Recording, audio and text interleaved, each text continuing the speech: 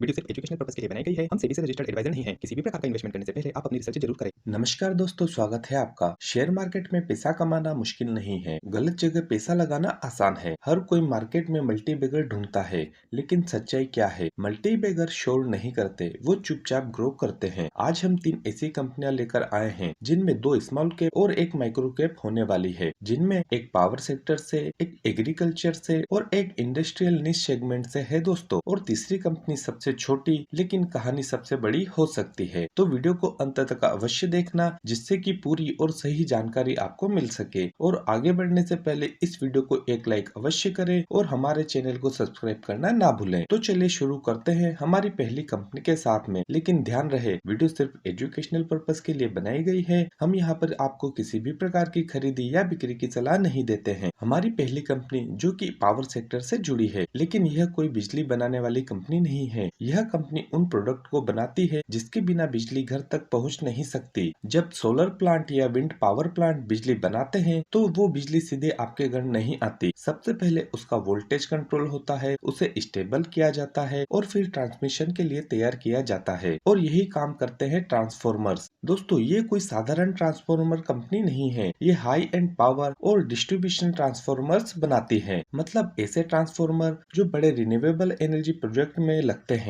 ऐसे ट्रांसफॉर्मर जो industrial unit और हेवी मशीनरी को स्टेबल पावर देते हैं। हम बात कर रहे हैं सिलचार टेक्नोलॉजी के बारे में। और इस कंपनी की सबसे खास बात सिर्फ इंडिया में ही नहीं बल्कि एक्सपोर्ट मार्केट में भी इनकी अच्छी पकड़ है। लेकिन रिन्यूएबल एनर्जी की सबसे बड़ी चुनौती क्या है? स्टेबिलिटी। सोलर दिन में काम करता है, विंड हर समय स्टेडी नहीं रहता, इसलिए ग्रिड को स्टेबल रखने के लिए हाई क्वालिटी ट्रांसफॉर्मर की जरूरत पड़ती है। और यही इस कंपनी का कोर स्ट्रेंथ है दोस्तों। अब नंबर की बात करें तो कंपनी की मार्केट कैप लगभग 4,500 करोड़ रुपए के पास है और स्टॉक का पी 24.6, इसका ROC 71.3% और ROE 52.9%, जो कि बहुत ही शानदार है। कंपनी में प्रमोटर की 62.1% की स्ट्रॉन्ग होल्डिंग बनी हुई है और कंपनी की सेल पिछले 3 सालों में 51.2% से और प्रॉफिट 119% से बढ़ा है, जो कि कंपनी की ग्रोथ को दर्शाता है। तो ओवरऑल अगर देखा जाए तो कंपनी फाइनेंशियली काफी स्ट्रॉन्ग नजर आती है, लेकिन इसमें रिस्क भी होने वाला है। कंपनी का रॉ मटेरियल जैसे कॉपर और CRGO स्टील, अगर इनके दाम अचानक बढ़ते हैं तो मार्जिन पर प्रेशर आ सकता है। और क्योंकि ये एक स्मॉल कैप है तो मार्केट करेक्शन में ये स्टॉक ज्यादा गिर भी सकता है दोस्तों। इनका बिजनेस मजबूत है, रिन्यूएबल थीम पावरफुल है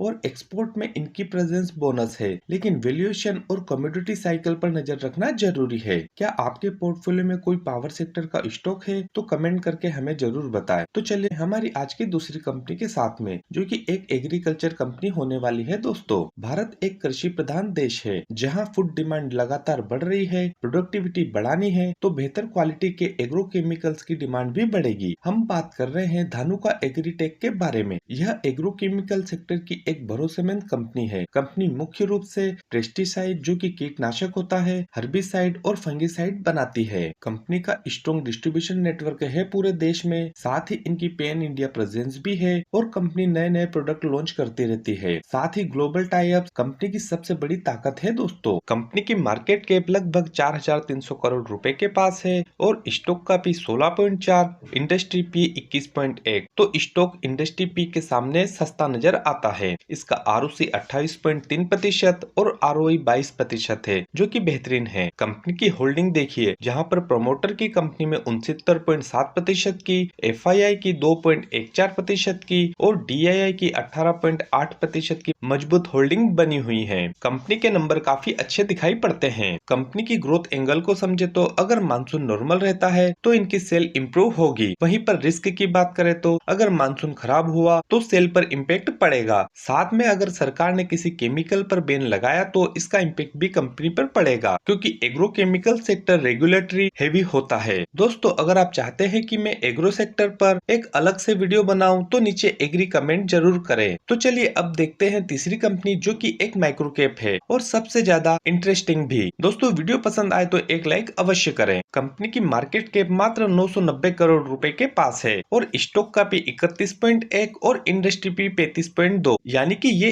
स्टॉक हमें एक फेयर वैल्यूएशन पर मिल रहा है। इसका ROC 19% और ROE 16%, जो कि अच्छा है। ये एक माइक्रो कैप कंपनी है। उसके बाद भी कंपनी में प्रमोटर की होल्डिंग 66.8% की है, जो दर्शाता है कि प्रमोटर को अपनी कंपनी पर पूरा विश्वास है। ये कंपनी इंडस्ट्रियल पाइप्स बनाती है, oil and gas industries, chemical plants, food processing unit, waste water treatment, हर जगह इनके स्पेशल टाइप के पंप्स का इस्तेमाल होता है। और खास बात, ये प्रोग्रेसिव कैविटी पंप्स में एक्सपर्ट है और कंपनी ऐसे पंप बनाती है जहां कंपटीशन कम हो। हम बात कर रहे हैं रोटो पंप्स लिमिटेड के बारे में। कंपनी के ग्रोथ एंगल को समझे तो भारत में मैन्युफैक्चरिंग को बढ़ावा मिल रहा है, इंफ्रा प्रोजेक्ट बढ़ रहे हैं, वाटर मैनेजमेंट पर फोकस बढ़ रहा है और अगर इंडस्ट्रियल एक्टिविटी बढ़ेगी तो पंप डिमांड भी बढ़ेगी। लेकिन ध्यान रहे, यह एक माइक्रो कैप कंपनी है जहां पर लिक्विडिटी कम हो सकती है और वोलाटिलिटी ज्यादा हो सकती है। एक खराब क्वार्टर स्टॉक को तेजी से नीचे ला सकता है। अब आपके लिए एक काम, कमेंट करके बताइए आपको कौन सा बिजनेस सबसे मजबूत लगा, 1, 2 या 3। अगर आपने वीडियो यहाँ तक देखी है तो आप सीरियस इन्वेस्टर है।